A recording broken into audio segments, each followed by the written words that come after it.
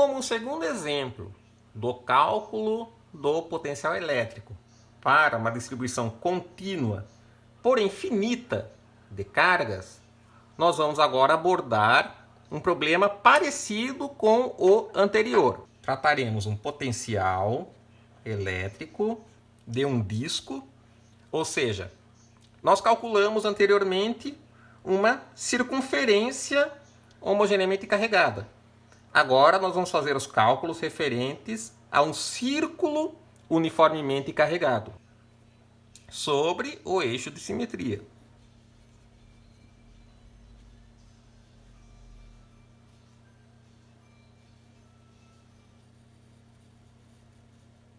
Vamos seguir os mesmos passos para o cálculo do potencial. Primeiro passo, nós devemos representar o problema graficamente. Assim, nós temos um disco agora, ou seja, não é mais um mero anel, esse disco é preenchido com uma distribuição de cargas e ele está posicionado ao longo de um plano. Vou traçar aqui o nosso eixo de referência, que será o nosso eixo X, e perpendicular a ele nós temos o eixo Z. Esse disco está carregado com uma densidade, não é mais linear, é uma densidade superficial de cargas e possui um dado raio constante, R. E nós vamos querer calcular em um ponto P, o potencial, sobre seu eixo de simetria. Qual a representação que nós vamos utilizar nesse problema? A mesma do problema anterior, nós vamos aqui usar uma representação cilíndrica.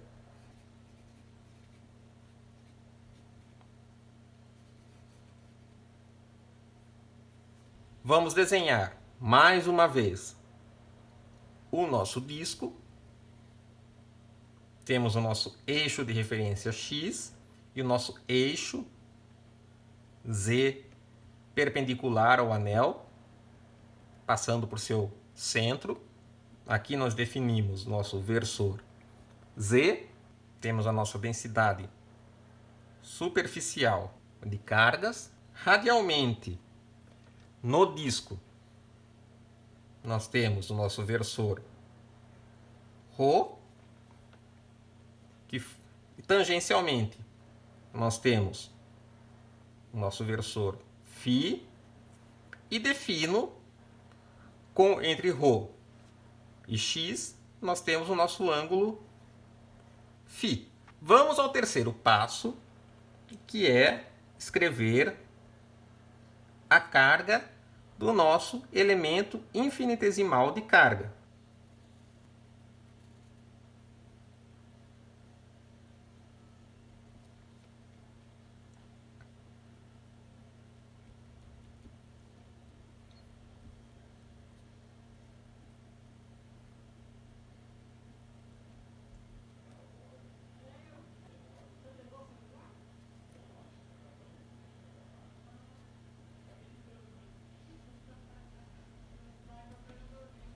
Temos o eixo Z, o nosso ponto P é uma distância Z do centro do anel. Nós necessitamos escolher agora um elemento infinitesimal de carga. Esse elemento tem que ser o mais geral possível. Ele não pode ser um elemento na borda do disco. Não pode ser um elemento no centro do disco. Vamos definir então uma certa abertura de φ, e o nosso elemento infinitesimal de carga será este pedaço a uma distância ρ de seu centro. Ou seja, nós temos aqui um dado elemento de área, compreendido dρ, ou seja, ele começa em ρ e termina em ρ mais dρ. E vamos representar a distância deste elemento infinitesimal de carga até o ponto P,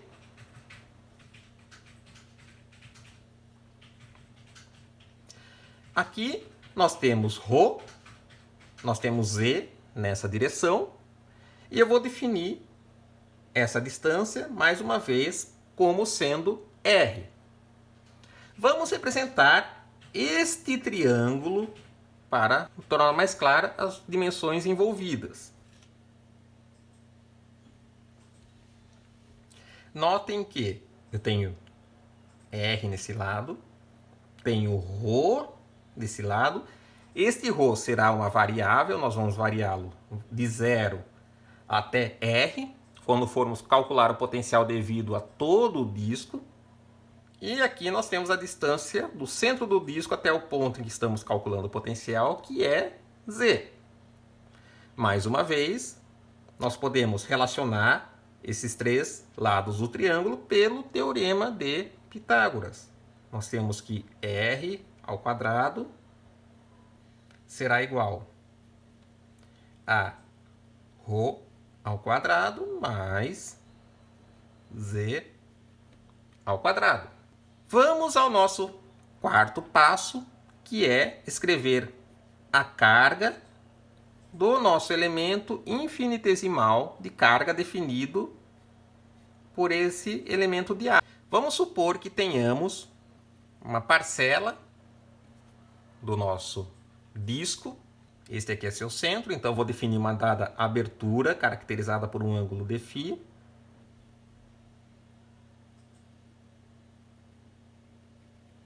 Nós temos então, a uma dada distância, ρ do centro, um dado arco. Terei aqui uma distância infinitesimal dρ, ou seja, aqui nós estamos a uma distância ρ mais dρ do centro do disco. Dessa forma, a área deste elemento de área será simplesmente ρ dρ de φ. A carga do nosso elemento diferencial de carga será dada pelo produto da densidade superficial de cargas pela área, que será ρs ρ dρ de φ.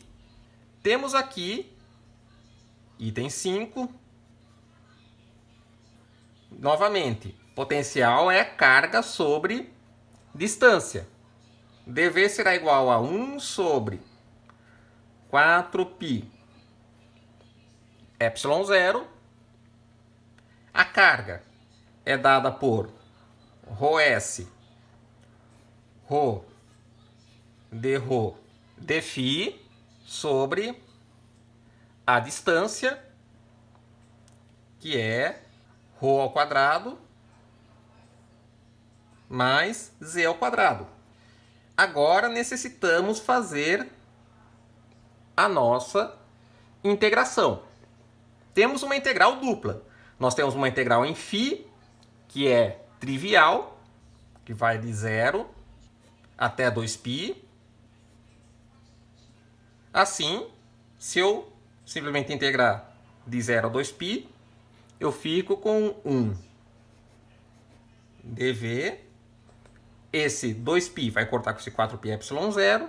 Então, vou ter ρs sobre 2ε0, que multiplica ρ dρ sobre raiz de z2 mais ρ2.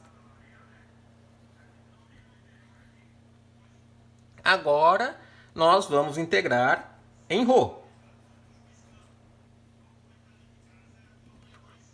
Evidentemente, o ρ vai variar de 0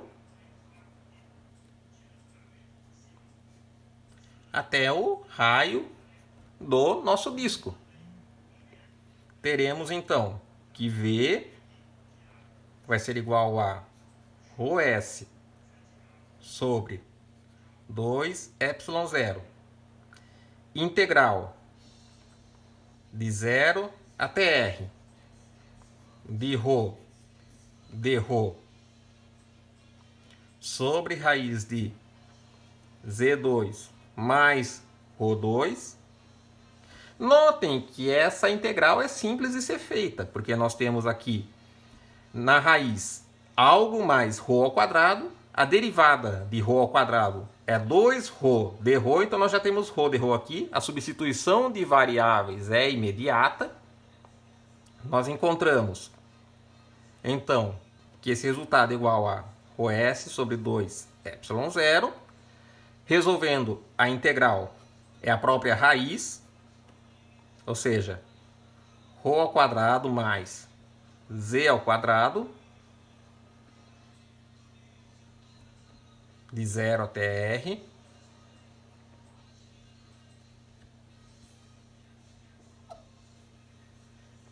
que nos fornecerá, então,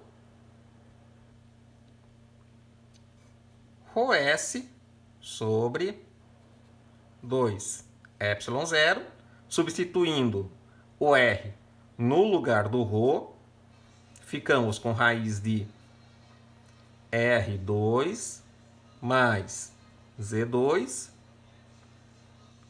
menos, substituindo 0 no lugar de ρ, ficamos simplesmente com a raiz de z ao quadrado.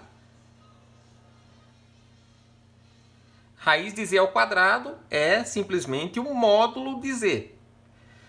Porém, vou considerar que z assume apenas valores positivos. Estamos apenas calculando o potencial para a parte, digamos assim, que eu vou chamar de positiva da distância do nosso anel, ou seja, ao longo do eixo mais z.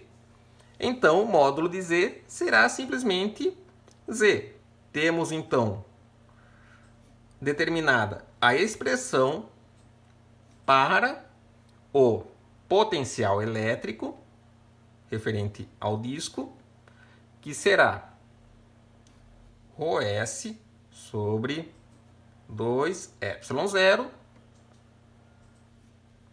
raiz de r ao quadrado mais z ao quadrado menos z.